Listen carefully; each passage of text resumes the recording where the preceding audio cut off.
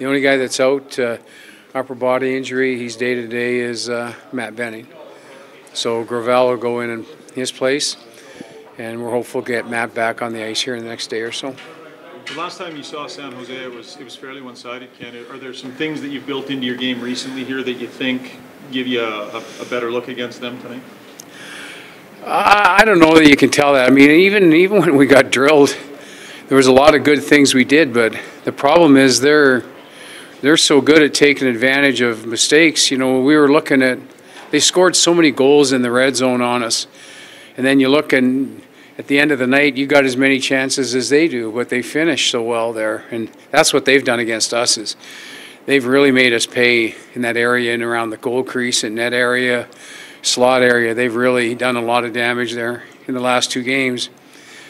But then we haven't taken advantage of the quality ones we get because we've got a lot, and they're just they got a lot of guys that are feeling it, and they got a lot of depth, and so you work against one line, and then there's another line that pops up. So, like I said yesterday, they're a very, very deep team. They're 3, and at times when they're healthy, 4 lines deep, especially 3 lines deep in scoring, and that's not easy in the league to have that much depth, but they got it right now. Brodziak back in. Yeah, Brodsky will play. Cave will be out tonight. What do you want to see from Kyle? Just obviously win some face-offs because he hasn't. Yeah, I think the reason he was brought here was to amp up the competitive level on the bottom 6. And there was a period of time when we had 27 and 44 on the wings that he was very good. And then he's really dropped off since. And he needs to get back to that competitive game that he's capable of. And, you know, Kyle's kind of at times his own worst enemy in that he overthinks. And when you overthink, you underreact. And we had some good chats yesterday and today about what's in his game, and I think we'll see the player that we saw before. But sometimes he gets so far ahead of himself that he forgets to just play in the moment and where he's and because he starts pretty much every shift in the defensive zone. You know, he's under a lot of pressure to start with, and I think he's trying to play outside of what he's capable of, and we'll hopefully get him back playing that gritty game. Who's your goalie tonight, Ken? It helps. Ken, when you look at your team, I mean, I don't know if proud's the right word, but just how hard they worked the other night, and just to see the result go with the hard work that can, you know, I don't know if well, yeah, just show. Gene, we've had 3 of the last 4 being like this. You know, we played as good as we played many. We played way better in Montreal. I mean, we played unbelievable in Montreal, especially the last 2.5 periods.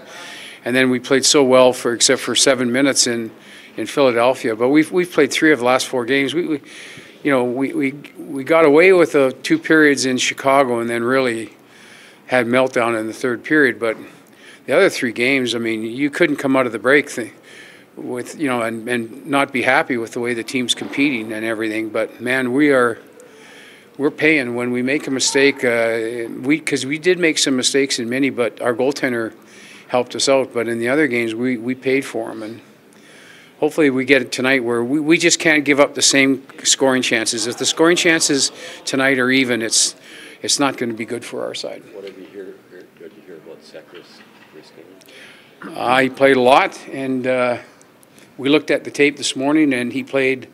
How much did he play? 22 plus.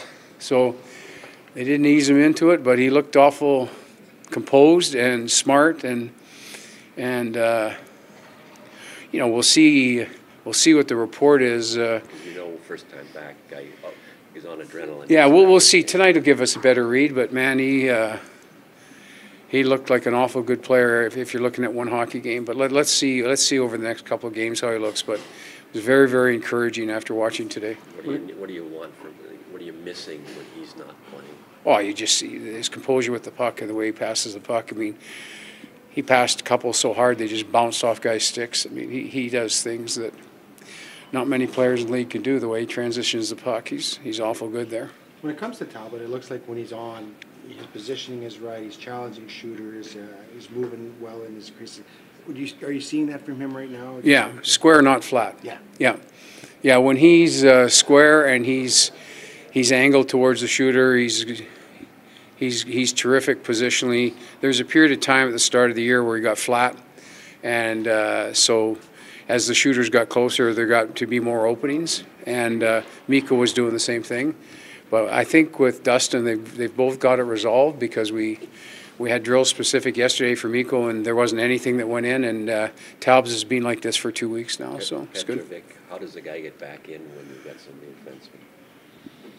Well, we almost put him in today because he's right shot, so it's 5 lefties today, so it'll be interesting to see how this transition, but just got to wait his turn. His composure, and they're working hard with him just to kind of slow it down, make better decisions, and passing pucks around people is the term I use rather than through people, and he's getting better and better at it, and we'll see.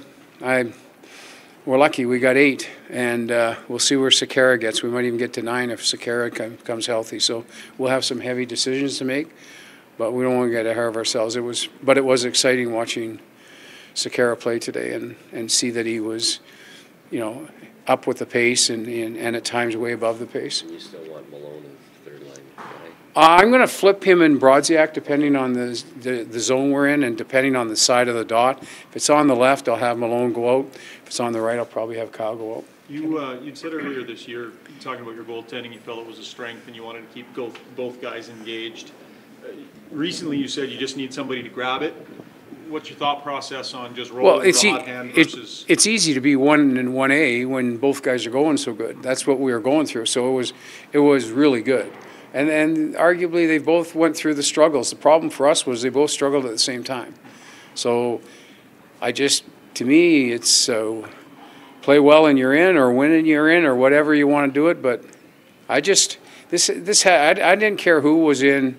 What we did against Chicago, you just can't accept as a head hockey coach or a head coach in any sport. It's very similar in football. If you don't play for your quarterback, he gets killed. Well, that's what happened to our goalie. And I didn't like that, and so I did something about it. He's going back in, and the guys played for him, and hopefully they play for him tonight. So was Banning hurt in the last game? Yeah, right towards the end. Okay. Yep. Okay, thanks. Thanks, Ken.